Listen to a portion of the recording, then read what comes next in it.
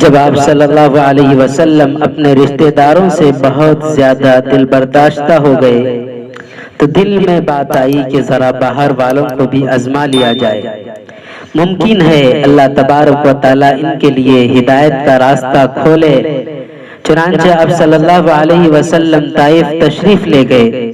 وہاں 3 بھائی تھے، تینوں کی اپنی اپنی ایک برادری اور علاقہ تھا۔ آپ صلی اللہ علیہ وسلم ان تینوں سرداروں کے پاس تشریف لے گئے۔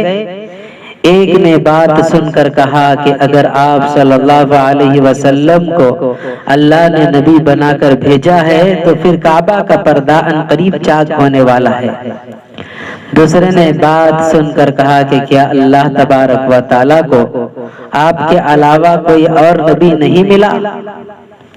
کسی اور کو نبی بنا کر بھیج دیتا۔ تیسرا ذرا مناسب سا آدمی تھا، اس نے کہا کہ اگر آپ صلی اللہ علیہ وسلم اللہ کے نبی ہیں تو پھر آپ صلی اللہ علیہ وسلم سے بات کرنا خلاف ادب ہے، اور اگر آپ نبی نہیں ہیں تو میں آپ سے بات کرنا پسند نہیں کرتا، میں جھوٹے آدمی سے بات کروں۔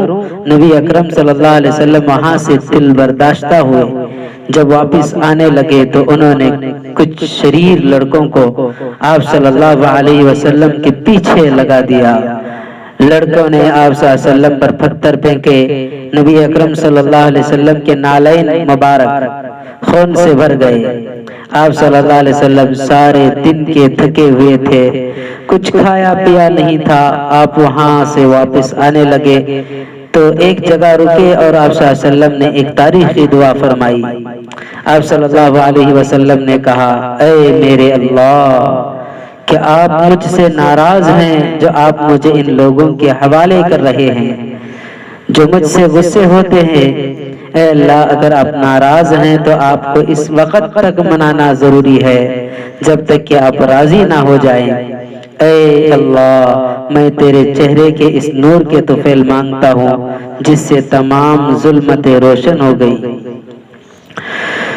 چنانچہ بارگاہ الوہیت میں سے دعا ایسی قبول ہوئی کہ فرشتے اسی وقت نیچے اترے اور کہنے لگے کہ اے اللہ کے محبوب صلی اللہ علیہ وسلم، اگر آپ صلی اللہ علیہ وسلم اشارہ فرما دیں تو اس بستی والوں کا نام و نشان مٹا کر رکھ دیا جائے۔ ایسی آندھی چلے گی کہ ان کا نام نہیں رہے گا۔ آپ صلی اللہ علیہ وسلم چاہیں تو ان 2 پہاڑوں کو آپس میں ٹکرا دیا جائے گا اور ان کو درمیان میں پیس دیا جائے گا، مگر اللہ کے محبوب صلی اللہ علیہ وسلم نے فرمایا، اے لوگوں، مجھے نہیں پہچانتے، یہ لوگ مجھے نہیں پہچانتے، ممکن ہے کہ ان کے آنے والی اولادوں میں سے کچھ لوگ کلمہ پڑھنے والے بن جائیں۔ سبحان اللہ۔ اللہم اہدی قومی فإنہم لا یعلمون۔ اے اللہ، میری قوم کو ہدایت عطا فرمائیے، مجھے نہیں جہاں پہچانتے۔ چنانچہ نبی اکرم صلی اللہ علیہ وسلم طائف سے واپس تشریف لے آئے تو آپ صلی اللہ علیہ وسلم کا غم زیادہ ہو گیا۔ آپ صلی اللہ علیہ وسلم کے دل میں کھڑن اور بڑھ گئی۔ اپنوں کا سلوک بھی دیکھ لیا، غیروں کا سلوک بھی دیکھ لیا، گویا دشمنوں نے آپ صلی اللہ علیہ وسلم کو ایذا پہنچانے میں وہ سب کچھ کر دیا جو وہ کر سکتے تھے۔ چنانچہ آپ اسی غمزدہ حالت میں ام ہانی کے گھر تشریف لے گئے اور ایک عجیب دعا مانگی۔ فرمایا کہ کاش میرا کوئی دوست ہوتا جو میرا ساتھ دیتا، کوئی میرا رفیق ہوتا جو غمخواری کرتا، کوئی میرا ایسا یار ہوتا جو میری دلداری کرتا۔ نبی اکرم صلی اللہ علیہ وسلم کی زبان سے الفاظ نکلے اور اسی غم میں آپ صلی اللہ علیہ وسلم سو گئے۔ ابھی رات کا وقت تھا اور آپ صلی اللہ علیہ وسلم سوئے ہوئے تھے۔ جبرائیل نے حاضر ہو کر کہا، اے اللہ کے رسول، ان اللہ یقرؤک السلام ویدعوک۔ اللہ تبارک و تعالی آپ صلی اللہ علیہ وسلم کی کی طرف سلام بھیجتے ہیں اور آپ صلی اللہ علیہ وسلم کو اپنی طرف دعوت دیتے ہیں۔ نبی اکرم صلی اللہ علیہ وسلم نے بہت خوش ہو کر حضرت جبرائیل علیہ السلام کو دیکھا اور سلام کا جواب دیا۔ حضرت جبرائیل علیہ السلام نے دوسرا فقرہ پھر کہا کہ اے اللہ کے محبوب صلی اللہ علیہ وسلم، ان ربک یشتاق الیک، آپ صلی اللہ علیہ وسلم کا پروردگار آپ صلی اللہ علیہ وسلم سے ملاقات کے لیے بہت مشتاق ہے، آپ صلی اللہ علیہ وسلم تشریف لے چلیے۔ چنانچہ آپ صلی اللہ علیہ وسلم باہر تشریف لے آئے۔ وہاں سے آپ صلی اللہ علیہ وسلم کا شق صدر ہوا۔ آپ صلی اللہ علیہ وسلم کے دل مبارک کو کھول کر اللہ رب العزت کی خصوصی رحمتوں سے بھر دیا گیا۔ جیسے ہم لوگوں کو نماز سے پہلے پروردگار نے وضو کرنے کا حکم عطا فرمایا ہے، اس فخر انسانیت کی یہ نماز تھی کہ جس کے لیے اللہ رب العزت نے ان کے دل کا وضو کروایا، ان کے دل کو دھویا، حتیٰ کہ نبی اکرم صلی اللہ علیہ وسلم نے وہاں نماز بھی ادا فرمائی۔ پھر آپ صلی اللہ علیہ وسلم کو وہاں سے لے کر آگے پہنچایا گیا۔ آپ صلی اللہ علیہ وسلم کے لیے یہ جو سواری لائی گئی، جبرائیل امین نے بتایا کہ اے اللہ کے نبی، اس کا نام براق ہے۔ براق برق سے بنا جو برق رفتاری سے چلنے والا ہو، ایسی سواری جو بجلی کی طرح تیزی سے چلے، تو براق آپ صلی اللہ علیہ وسلم کے لیے لایا گیا۔ آپ صلی اللہ علیہ وسلم براق پر سوار ہوئے اور بیت الحرام سے بیت المقدس کی طرف چلے۔ جبرائیل علیہ السلام نے آپ صلی اللہ علیہ وسلم کو بتایا، اے اللہ کے نبی، یہ رحمت و برکت کی وادی ہے۔ نبی اکرم صلی اللہ علیہ وسلم نے وہاں بھی نماز ادا فرمائی۔ پھر جب آپ صلی اللہ علیہ وسلم تشریف لے گئے تو راستے میں کوئی دور پر بھی آپ صلی اللہ علیہ وسلم کا تھوڑی دیر کے لیے ٹھہرنا ہوا، حتیٰ کہ آپ صلی اللہ علیہ وسلم مسجد اقصی تشریف لے گئے۔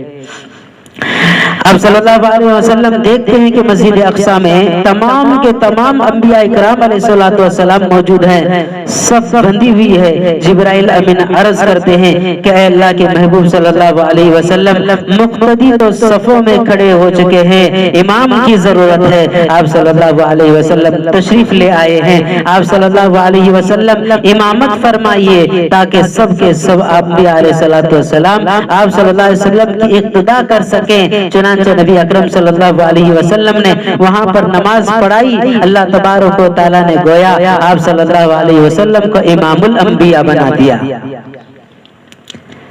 جب آپ صلی اللہ علیہ وسلم نے نماز ادا کر لی تو اس کے بعد آپ صلی اللہ علیہ وسلم کو ایک دوسری سواری پیش کی گئی۔ احادیث میں اس کا نام رف آتا ہے۔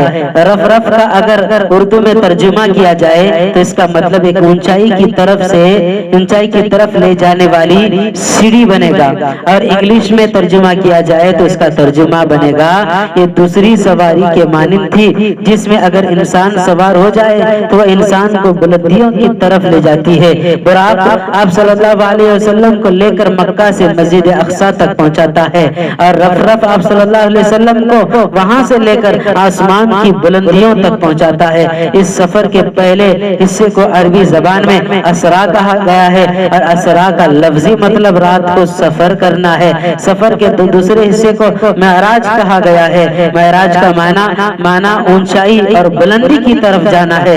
معراج عروج سے ہے، گویا آپ صلی اللہ علیہ وسلم کو وہاں سے عروج نصیب ہوا۔ جبرائیل علیہ السلام جبرائیل امین ساتھ تھے۔